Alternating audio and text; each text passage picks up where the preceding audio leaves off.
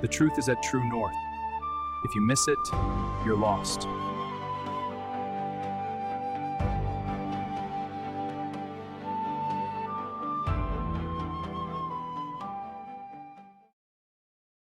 Thank you, Holy Spirit. Thank you, Jesus. Thank you, Holy Spirit, for being with us. Thank you, Lord. Thank you, Holy Spirit. Thank you, Holy Spirit. You are precious to us. We love you. We adore you. Thank you, Lord. Forgive us, Lord. Forgive us, Holy Spirit, if we sadden you, Lord. Thank you, Lord Jesus, for your grace and your mercy upon us. Thank you, Lord. Thank you, Lord. Hallelujah. Hallelujah. Hallelujah. So sometimes, firstly, welcome to the people there in TV land. Thank you for joining us and being part of us here.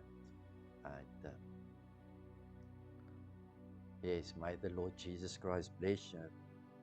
And sometimes we as a church needs to hear things that is not always lekker to hear. Now the word lekker is Afrikaanse word, but it's not nice on the ears, but it is so important. And I think there's scripture that says sometimes we get to a place where our knowledge puffs us up and we have lost the love that we need to have for God, that which we start off. And then we say a lot of things and we speak about things, and we must not. We must be careful. The first thing about Jesus and what Solomon would say, the first key is to fear God. That's wisdom. Starts off by the fear of the Lord. And we lost sometimes that. And we've got this knowledge and we know it all. And then we don't walk like we need to walk. Now the problem is that when we read Old Testament scriptures, we connect it to the Old Covenant. And we are in a new covenant. So we think that the Old Covenant is gone because we read it in the book of Hebrew that it's gone. But let me tell you, not everything in the Old Testament written there is Old Covenant. There's things in it that explains God's heart and the way how He speaks and the way how we do things. And it will never change. God is not happy when we kill someone. And we read that in the Old Testament, meaning Old Covenant. But it is His heart that we should love one another. I want you to go in your Bible with me to Ephesians 4 verse 30. And my theme this morning is I want to speak about don't sadden the Holy Spirit. Because it's easy to sadden Him. The Holy Spirit is there to comfort you, to lead you, to help you. And Jesus, when He speaks of the Holy Spirit, He even said, listen, you can sin against me, but don't sin against the Holy Spirit. When you sin against me, I can forgive you. But don't sin against the Holy Spirit. That will not be forgiven. So you don't hear ever that message. Or you do hear it maybe once in a blue moon. It's something to talk about. You know? Don't sadden. So Ephesians 4 verse 30. I want to read that only verse, and then we are going to Old Testament, not Old Covenant, but Old Testament. It says, and grieve, or a word offend, or sadden, not the Holy Spirit of God,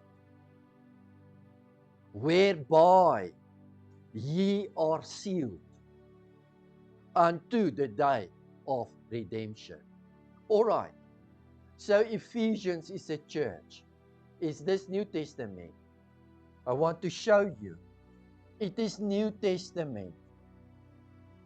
So it's already in the New Covenant.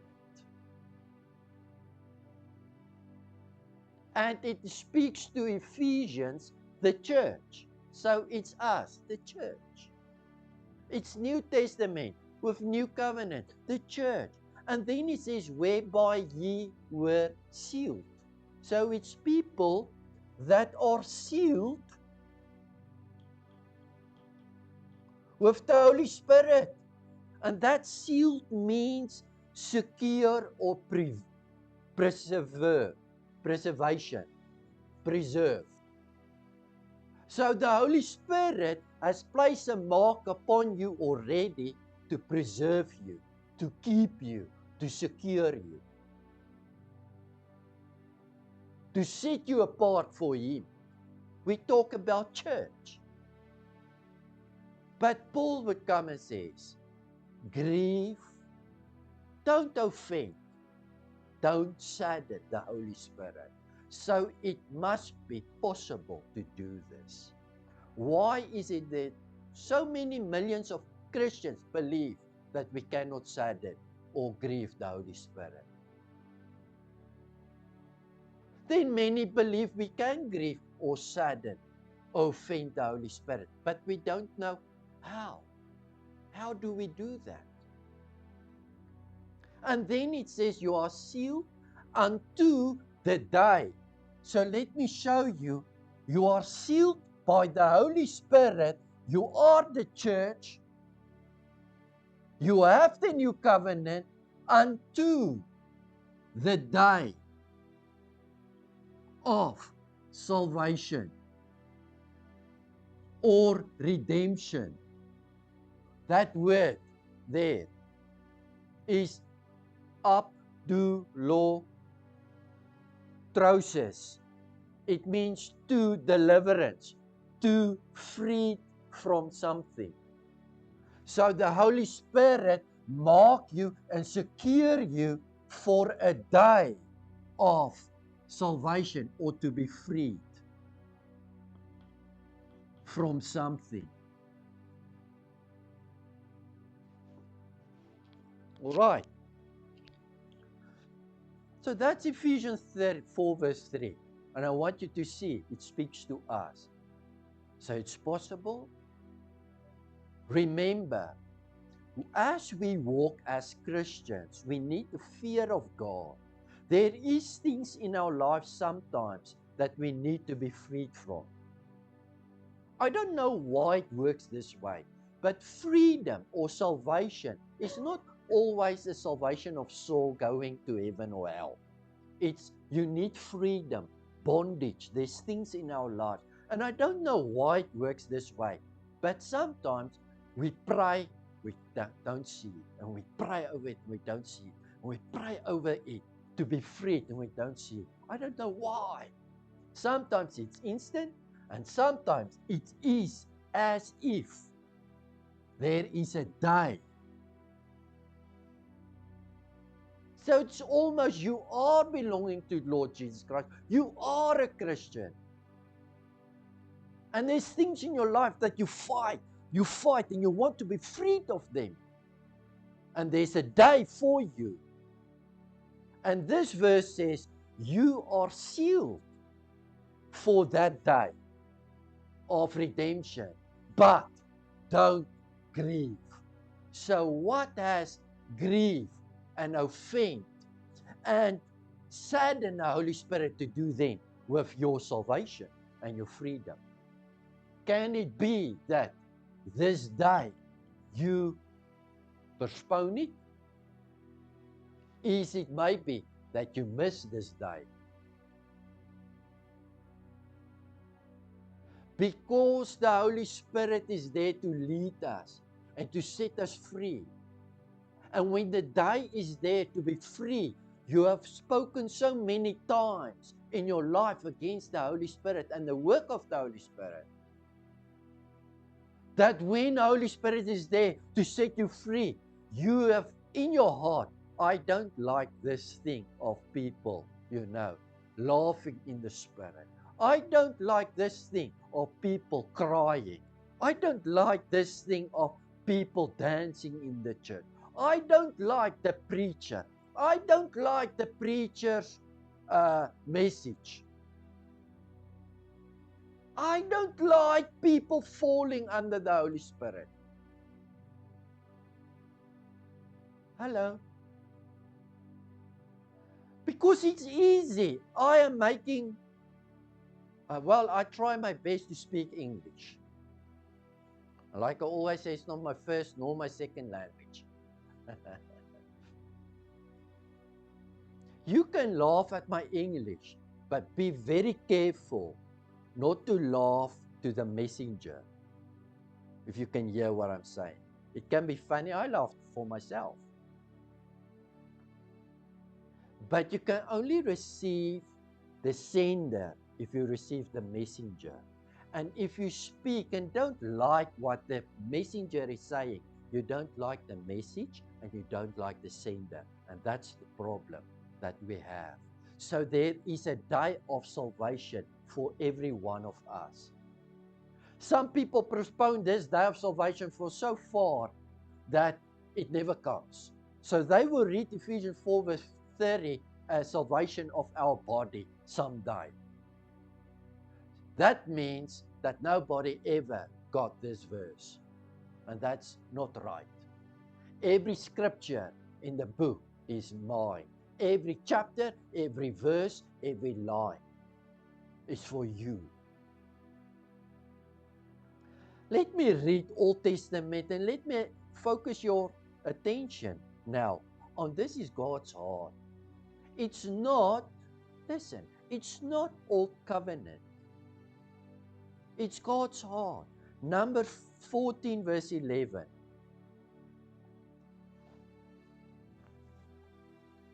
Speaks of Moses, and the Lord said to Moses, Numbers is here in the beginning of the Bible.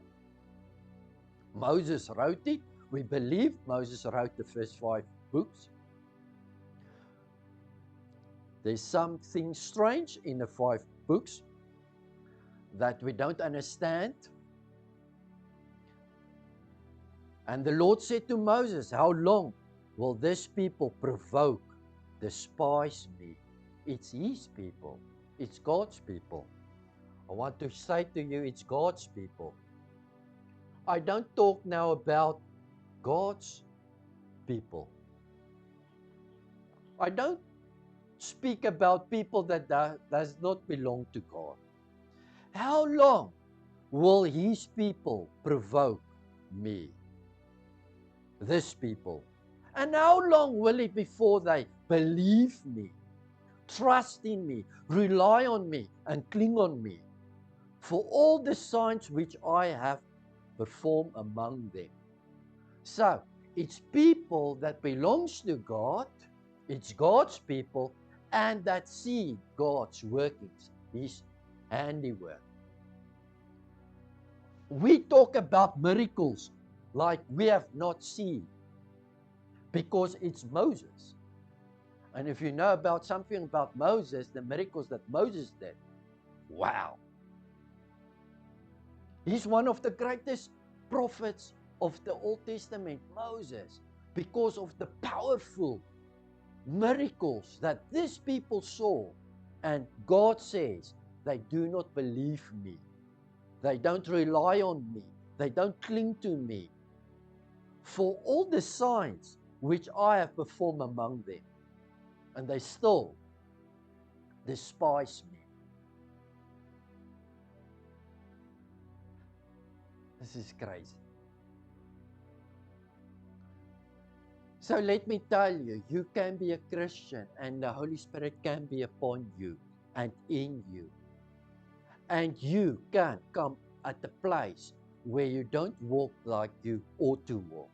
And you can, according to Scripture, grieve or sadden the Holy Spirit. I want to read to you a psalm of Asaph. Now, who was Asaph? You can go to Psalm 78.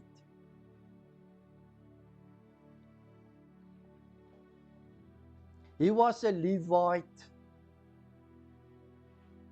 So it means he was in a priestly tribe. He was an appointed minister in music before the ark of God. King David appointed him as one of the chief musicians and a singer for Israel to worship. He was also called a prophet, a seer, showing that his ministry includes more than music. He also involved in speaking God's message. We can see that in 1 Chronicles. He is credited with 12 psalms in the book of Psalms that he wrote, songs. His descendants, known as the sons of Asaph, continued serving in the temple as musicians for generations, even after the Babylonian exile. So this is Asaph. Listen, this is a seer that could see future. And he prophesied. God sent him to that people. At that time he says, verse 17. I wish I could read the whole chapter, but for time's sake, I cannot. Yet they still went on to sin against him by provoking him, rebelling against the Most High in the wilderness and in the land of drought. And they tempted God in their hearts by asking for food according to their selfish desire and appetite. So can you see here something about selfish desire? Selfish? Is it right spelled? Nee. Selfish. This is now Psalm 78, verse 17. Yet they still went on to sin against him by provoking and rebel against the Most High in the wilderness. And they tempted God in their hearts by asking for full food according to their selfish desire and appetites. Yet they spoke against God. They said, can God furnish the food for a table in the wilderness? Behold, he did smite the rock so that the waters gush out and the streams overflow. But can he give bread also? Can he provide flesh for his people? They sin in their hearts against God. Verse 21, therefore when the Lord heard, he was full of wrath. A fire was kindled against Jacob. His anger mounted up against Israel. Verse 22, because in God they believed not. They believed not on him, they had heard not to him, and they trusted not in his salvation, his power to save. So they ate and were filled, and he gave them what they craved and lust after. But scarce had they stilled their craving, and while their meat was yet in their mouth, the wrath of God came upon them and slew the strongest and the sturdiest of them, and smote down Israel's chosen youth. In spite of all of this, they sinned still more, for they believed not and relied not and heard not his wondrous works. When he slew some of them, the remainder required after him diligently. And they repented and sincerely sought God for a time. And they earnestly remember that God was of their rock. God was their rock. And the Most High, the God, the Redeemer. Nevertheless, there's an important word. Nevertheless, they flattered him with their mouths and lied to him with their tongues. For their hearts were not right or sincere with him, neither were they faithful and steadfast to his covenant. But he, full of mercy and compassion, forgave their iniquity and destroyed them not. Yes, many at time he turned his anger away and did not stir up all his wrath and indignation. For he earnestly remembered that they were but flesh, the wind that goes and does not return. So Psalm 78 is now this prophet's voice. And it speaks about people that does not really trust and believe. And then it says, it's people. So I want to show you here. I'm going to write here people. It's people that when they saw miracles, they sin more. Did I read that? You remember that? There is a time, verse 32, in spite of all this, they sin still more. So they see God's miracles, but that doesn't change their minds. For they believe not. So we will think that miracles will get people saved. Not always. There's some types of people that will not be saved, even if the miracles are great. What is greater than the sea open and 1 million or 2 million people walk through water? The sea that divides. I mean, this is miraculous. But still, they sin more. It's crazy.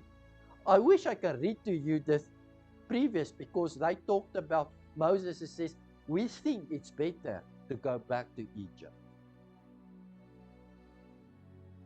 So God kindled this fire in his heart and says, then Moses will say, mercy, Lord, mercy. Mercy. The other nations is looking to us. They will know about your name and about us. Don't have mercy on us. But the miracles could not do anything to change their heart because they believed not. They were in a desert, still a people that needs to go to the promised land. So this people is here in the promised land that I'm going to read about. These people are still in the desert. They see miracles, it doesn't help. They still need the day of salvation for them to come. And they even sin more, speaking in their hearts. So they see the water coming out of the rock, and then in their hearts they say, can God not give us food? Bread. Nothing is enough for them. Wat is ontevrede in English? Huh? They are not nee. They are ungrateful. They are ungrateful because ungratefulness is in their hearts. They are ungrateful. How do you sadden Holy Spirit? To be ungrateful. You see miracles, but you are ungrateful. What God is doing to you, for you, through you. And then you speak. You speak easy because you have knowledge that you are a Christian, God is living inside of me. I will never say, come Holy Spirit, I need thee, because I don't need to. Hey, watch it. Sadden Holy Spirit. I will never sing. I heard preachers preach this. We have sung Amazing Grace. How sweet the sound that saved someone like me. No. No, that's Old Testament. I will not sing that. Let me tell you, if you fear God, watch out for your knowledge. It puffs up. When you fear God, it doesn't matter. I will never pray that prayer of Jesus in Matthew 5. Let your kingdom come, let your will be done, as it is in heaven. This is Old Testament. I am a New Testament preacher. Be careful. I will pray it. I know it's Old Testament. I know it speaks of a kingdom that comes. And I am in the kingdom, and the kingdom is within me. But that's not a coming that it's not there. It's a coming of it must be more visible. And some sinners need the kingdom to come for them. So it puffs us up, and we start all kinds of things saying, John 8 is not in the Bible. It must not be in the Bible. This verse, I say you, I am the teacher. It must not be there. This is wrong. We judge this. This is not of the Holy Spirit.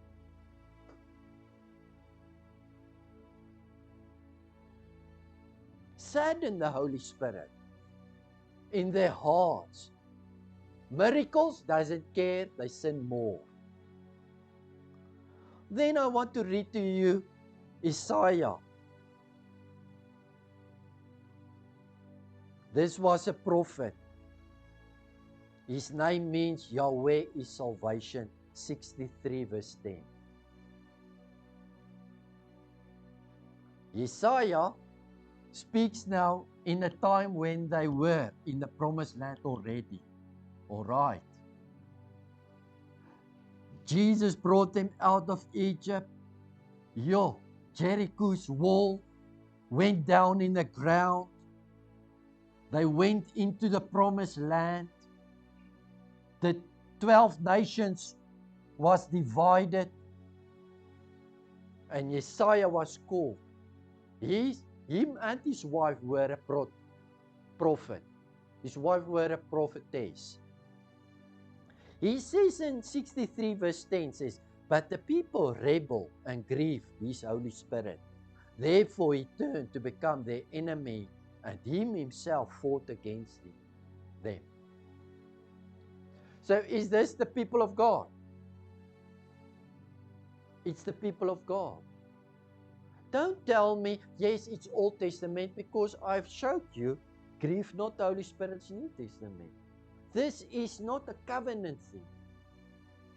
They are already out of the desert in the promised land. And God himself became their enemy. Because they grieve his Spirit.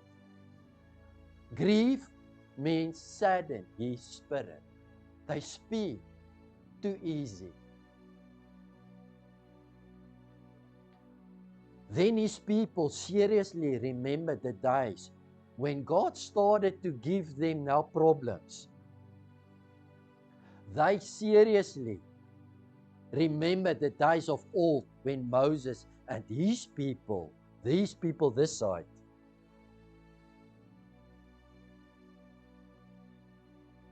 his people were Where is he who brought your fathers up out of the Red Sea with Moses and the other shepherds of his flock? Where is he who put his Holy Spirit within their midst? So these people, they sinned against the Holy Spirit. Then God became their enemy.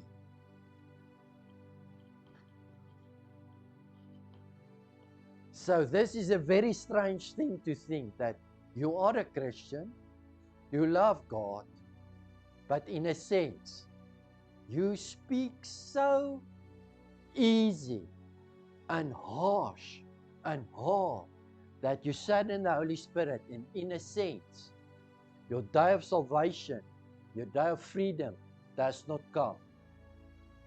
And in a sense, God is actually your enemy. And then one thing, listen here, what happens when God is your enemy? They ask, where is he who put his Holy Spirit in our midst? I want to ask you a question. Is the Holy Spirit physical manifestation in every church midst? No. No. They are Christians. They believe God. They say believe God. It says, where is your Holy Spirit? Where is the one who caused his glorious arm to go at the right hand of Moses? That means the right arm, the glorious arm of God, go at the right hand of Moses. When Moses spread out his right arm, it was God spreading out his right arm. I want to see that. When I spread my arm, God spread his arm over you. But watch, it's all about in the context of Holy Spirit, grieve Holy Spirit. Now they ask, we cannot see God move. When the preachers stretch out their hand, where's that arm of God that stretched out? Dividing the waters before them to make for himself an everlasting name. How make God an everlasting name for you? If there is a problem and God solves it, his name is glorified. He make a name for you. Who led them through the depths like horses in the wilderness so that they do not stumble? I don't want to stumble. Christians nowadays stumble. Let me tell you, every week I read of some great preacher that stumbles. I'm talking about great pastors and preachers and prophets all over the world with great ministries. This week again, one of the most well-known names in church. The dad had to say to the son, you cannot be a pastor and a preacher anymore.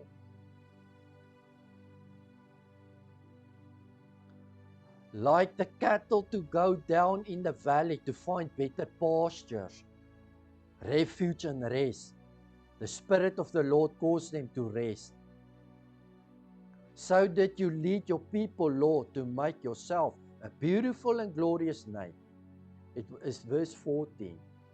To prepare the way for the acknowledgement of your name by all nations. Look down from heaven and see from your dwelling place of your holiness and your glory. Where are your zeal? Your zeal. Do you know what is zeal? Someone that works for you. Listen what Isaiah says. God, where's your zeal for me? And your jealousy. You talk about you are jealous unto me, but I can't see that you are jealous anymore. And your mighty acts, which you formerly did for your people, your yearnings, your pity, and the multitudes of compassions of your heart are restrained and withheld from me. This is Isaiah speaking, Old Testament, but not Old Covenant, because they grieved the Holy Spirit.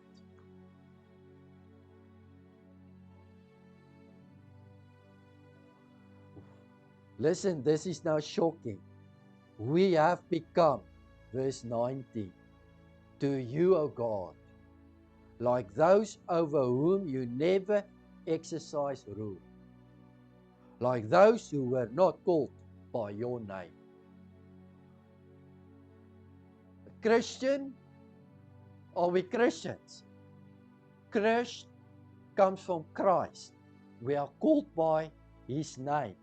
Isaiah prophesied already here, Old Testament, that we are like those over whom you never exercised rule. Like those who were not called by your name. I'm called by your name.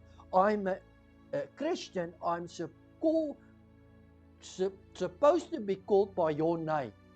That means they need to look to you and see the name of the Lord Jesus Christ and glorify your Father, because He is the one who's jealous over you. He's the one who pity you. He's the one who favored you. He's the one who bless you.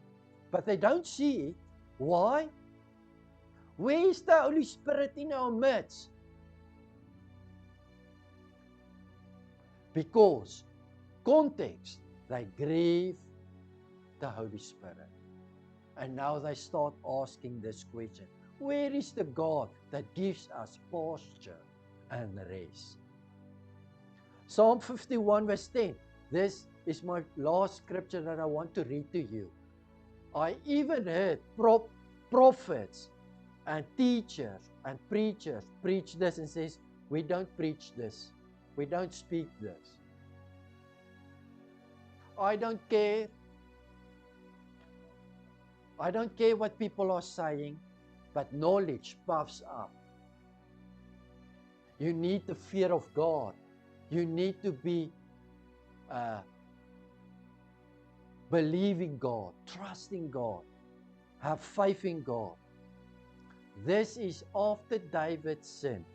Psalm 51 with Bathsheba. Nathan came to him and he said to him, listen, God sent me to you as a prophet, and He told me that you have sinned with another man's wife. You killed the man and you made her pregnant. And the baby that will be born will die. So David, what does he do? He tries to fast and change God's mind. But God says no. And then he wrote this: create, verse 10, in me a clean heart, O God. Renew a right spirit within me. Cast me not away from your presence, and take not the Holy Spirit from me. Restore unto me the joy of thy salvation. Restore. Bring the day of salvation.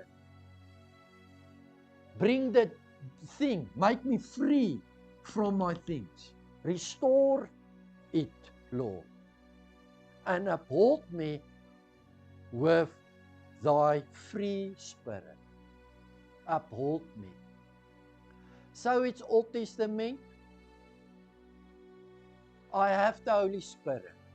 He's staying with me. I'm a Christian. I love God. I say I believe God. But sometimes we are just dead. We are just dead.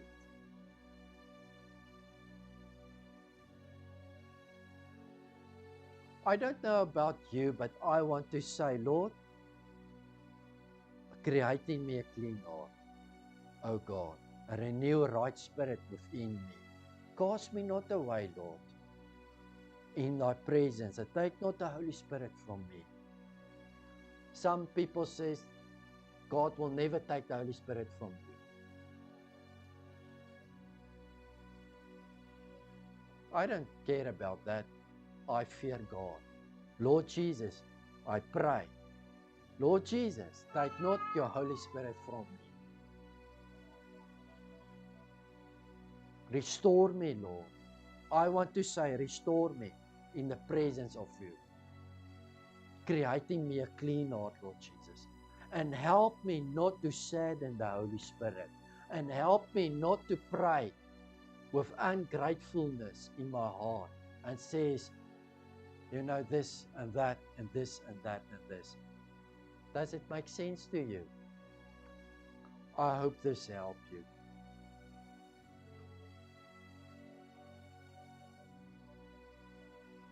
I hope this bless you.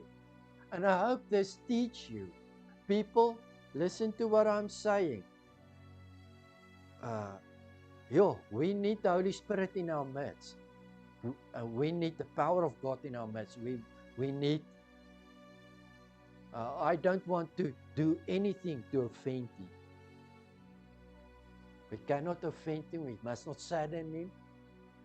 Be happy. Restore the joy. The day of salvation, we need that. I rest my case. In Jesus' mighty name.